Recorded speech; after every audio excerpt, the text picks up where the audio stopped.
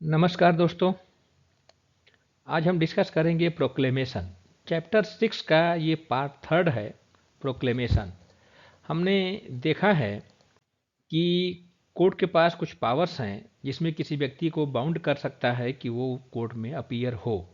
तो 61, 71, 82 एंड 83 चार पावर हैं जिसमें कि प्रोक्लेमेशन थर्ड पावर है। किसी व्यक्ति को बाध्य करने के लिए कि कोर्ट में अपीयर हो, तो चैप्टर 6 के तहत थर्ड पावर कोर्ट को दी गई है प्रोक्लेमेशन। उसी को आज हम डिस्कस करेंगे। तो सबसे बड़ी बात यह है, 82 में प्रोविजन दिए गए हैं प्रोक्लेमेशन के। प्रोक्लेमेशन फॉर पर्सन एब्सकॉन्डिंग, यानी कि एक व्यक्ति जो फरार हो गया है, उसके फरार होने के बारे में कोर्ट प्रोक्लेमेशन करेगा, उद्घोषणा करेगा 82 के तहत। लेकिन ये प्रोक्लेमेशन दो लेयर पे की जाएगी। पहला तो एक जो प्रोक्लेमेशन होगा वो इसके रिगार्डिंग होगा कि वो व्यक्ति कोर्ट में अपीयर हो, नंबर एक। तो proclamation for appearing of person. उसके बाद जब वो प्रोक्लेमेशन हो जाएगा तो वो प्रोक्लेमेशन का पब्लिकेशन कहाँ किया जाएगा और वो अफिक्स्ड कहाँ होगा, कहाँ कहाँ चस्पा किया जाएगा, किस किस प्लेस पर। और जब अपीयरेंस का प्रोक्लेमेशन होगा तो उसका सबूत क्या होगा, एविडेंस क्या होगा, ताकि अगर हायर कोर्ट में अगर मामला जाएगा तो कैसे हायर कोर्ट सेटिस्फाई होगी कि हाँ प्रोक्लेमेशन पहले हुआ था। फिर जिस पर्सन के अपीयरेंस के प्रोक्लेमेशन जारी हो गए हैं वो कोर्ट में अपीयर नहीं हो रहा है, तब उसे प्रोक्लेम्ड ऑफेंडर अनाउंस किया जाएगा 82 सब क्लॉज 4 के तहत। तो इतनी प्रोसीजर एडॉप्ट होती है किसी पर्सन को प्रोक्लेम्ड ऑफेंडर डिक्लेयर करने के लिए। तो हम वन बाई वन जो है हम डिस्कस करेंगे। तो पहला हमारा है प्रोक्लेमेशन फॉर पर्सन एब्सकॉन्डिंग, हमारी हेडिंग है 82 में, और उसमें पहला ये होगा कि proclamation for appearance of person. एक प्रोक्लेमेशन कोर्ट के द्वारा होगी कि व्यक्ति कोर्ट में अपीयर हो। तो any court has issued the arrest warrant against any person, this is the first mandatory provision is given and that must be fulfilled. That means once the court must have issued the arrest warrant and that arrest warrant has not been executed till date. So that means when the court has issued the arrest warrant and such court has reason to believe that any person against whom a warrant has been issued, he has absconded or he is concealing himself so that such warrant cannot be executed. So that means it is proved before the court warrants has been issued and that person is absconding or he is concealing himself to avoid the execution of the warrant.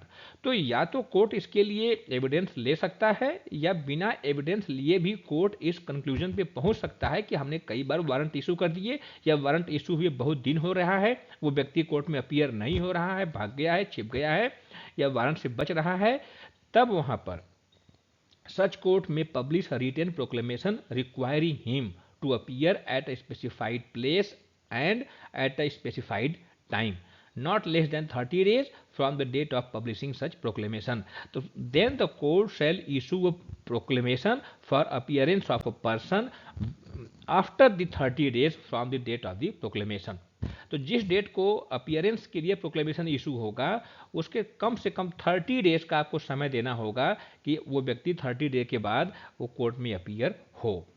अब उसके बाद जो है जब ऐसा proclamation court ने issue कर दिया है, किसके अगेंस्ट इशू करेगा, जिसके अगेंस्ट एक बार वारंट इशू हो गया है और उसका एग्जीक्यूशन नहीं हो रहा है, कोर्ट इस डिसीजन पे पहुंच चुकी है कि वो भाग गया है, फरार हो गया है या अपने आप को छिपा रहा है, तब उसके अपीयरेंस के लिए प्रोक्लेमेशन कोर्ट इशू करेगी।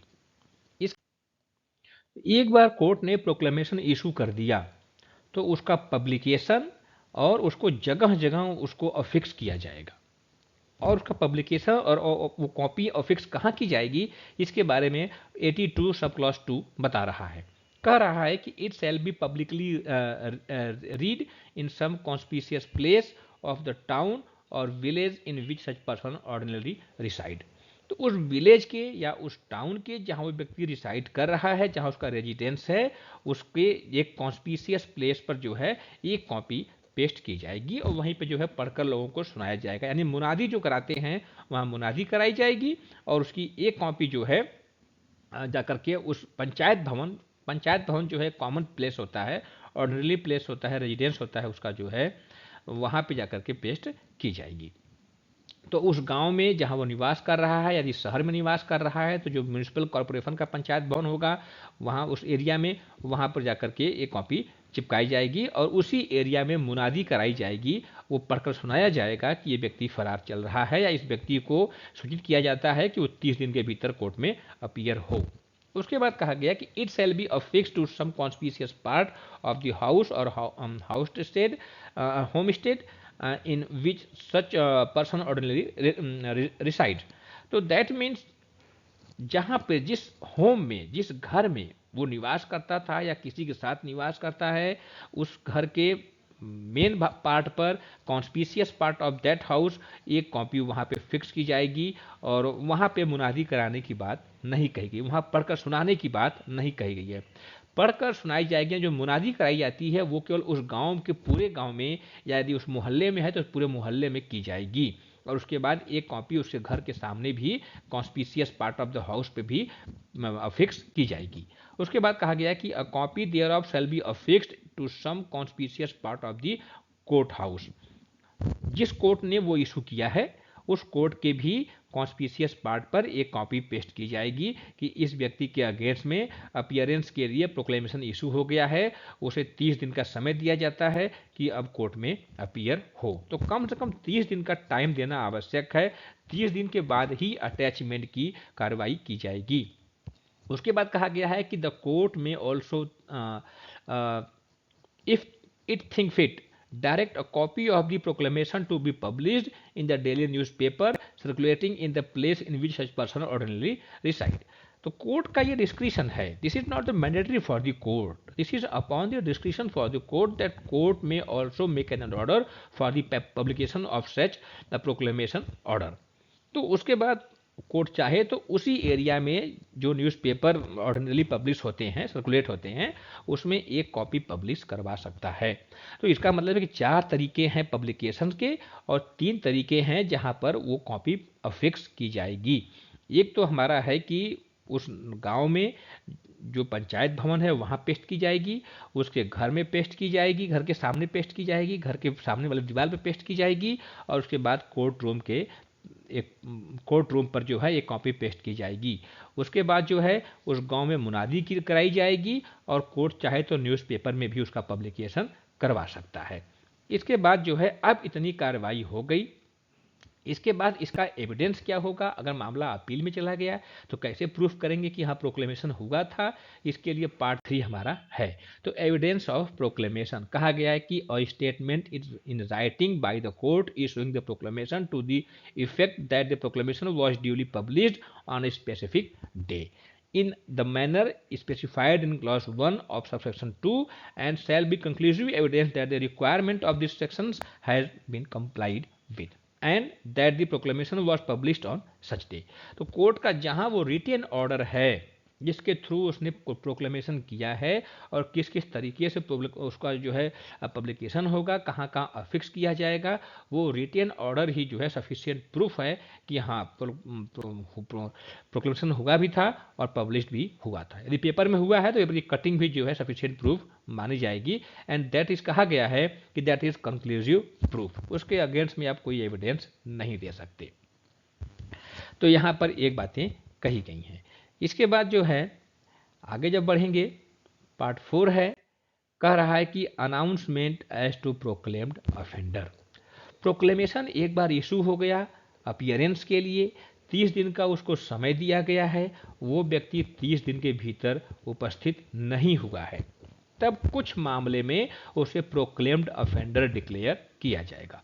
छोटे मोटे मामले में प्रोक्लेम्ड ऑफेंडर डिक्लेयर नहीं किया जाएगा, ऐसा प्रावधान यहाँ पर नहीं है, केवल कुछ मामले में ही उसे प्रोक्लेम्ड ऑफेंडर डिक्लेयर किया जाएगा। तो where a proclamation published is in respect of a person accused of an offence. तो प्रोक्लेमेशन पब्लिश्ड हो गया है और वो पर्सन कुछ मामले में का ही एक्यूज्ड हो। कौन कौन से मामले हैं? 302 का, 304, 365, 367, 392, 93, 394, 395, 396, 397, 398, 399, 400 है, 402, 436, 449, 459, 460 ऑफ इंडियन पीनल कोड। यदि वो इन धाराओं में आने वाले अपराध का एक्यूज्ड है, अभियुक्त है, और उसके अगेंस्ट में अपीयरेंस के लिए प्रोक्लेमेशन इशू हो गया है 82 सब क्लॉज 1 में, 30 डेज बीत गए, अब वो अपीयर नहीं हुआ है, तब द कोर्ट में after making such inquiry as it think fit pronounce him as a proclaimed offender and make a declaration to that effect। तब उसे कोर्ट प्रोक्लेम्ड ऑफेंडर डिक्लेयर करेगी और उस आशय का प्रोक्लेमेशन वो इशू कर देगी। तो इसका मतलब है कि जहाँ 302, 304 की बात है, कल्पेबल होमिसाइड या मर्डर जो है, मर्डर है, कल्पेबल होमिसाइड है, उसका कोई एक्यूज्ड है। 364, 367 का मामला यदि है तो वो हमारा पता है आपको किडनैपिंग और एब्डक्शन का मामला है, उसमें है, तब वो होगा। उसके बाद जो है 382 है, 382 का मामला है जहाँ चोरी की जाती है, कोई बहुत बड़ी चोरी है, किसी तंबू निर्माण घर यार्ड में जो है, घर वगैरह में है। 392 है जहाँ पे रॉबरी है। 393, 94, 95, 96, 97, 98, 99 तक तो जो डकैती का मामला है, इसमें कोई एक्यूज्ड है। 400, 402 जो है चोरों के टोली का सदस्य है, छिपा रहा है प्रॉपर्टी जो है, डकैतों की टोली का सदस्य है, वो मामले हैं।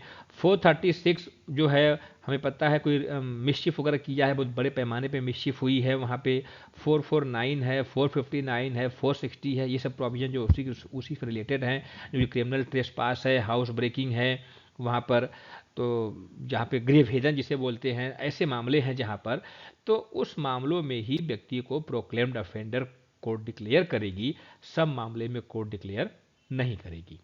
तो जब प्रोक्लेम्ड ऑफेंडर डिक्लेयर कर देगी तब उसे 80 सब क्लॉज 2 के तहत हर जगह जो पब्लिश किया जाएगा और अफिक्स किया जाएगा। कहाँ कहाँ पब्लिश किया जाएगा? हमने बताया था कि जिस गांव में रह रहा है वहाँ मुनादी कराई जाएगी और उस ग्राम पंचायत में पब्लिश किया जाएगा, उसके घर पे पब्लिश किया जाएगा, चिपकाया जाएगा, और जो है कोर्ट रूम के बाहर भी एक कॉपी पेस्ट की जाएगी। यदि कोर्ट समझता है सही तरीके से तो उसको न्यूज़पेपर में भी जो है उसको प्रोक्लेम्ड ऑफेंडर का जो है प्रोक्लेमेशन कोर्ट पब्लिश करवा सकता है। उसका सबूत क्या होगा? वही सबूत होगा जो कोर्ट ने जो रिटन ऑर्डर दिया था, वो सफिशिएंट सबूत होगा। तो ये चीज़ें वहाँ पर भी अप्लाई होंगी। तो ये है प्रोक्लेम्ड ऑफेंडर के बारे में कि ऑफेंडर जो है किस किस मामले में डिक्लेयर होगा, उसके लिए प्रोसीजर क्या होगा। तो पहले कोर्ट पर्सनल अपीयरेंस के लिए करेगी प्रोक्लेमेशन, अब 30 दिन का समय देगी, जब अपीयर नहीं होगा तो सब क्लॉज 4 में उसे प्रोक्लेम्ड ऑफेंडर डिक्लेयर करेगी। दोनों को लेकर के जो है कहाँ कहाँ पेस्ट किया जाएगा, क्लॉज 2 लागू होगा और एविडेंस क्लॉज 3 लागू होगा। तो आज के लिए इतना ही। हम अपने नेक्स्ट टॉपिक में डिस्कस करेंगे अटैचमेंट, किस मामले में अटैचमेंट की जाएगी, अटैचमेंट के क्या प्रोसीजर हैं, अटैचमेंट यदि विद इन लोकल एरिया में होगा तो कैसे होगा, अटैचमेंट यदि बियॉन्ड लोकल एरिया में होगा तब वो कैसे होगा, कौन करेगा। तो धन्यवाद आज के लिए। जय हिंद।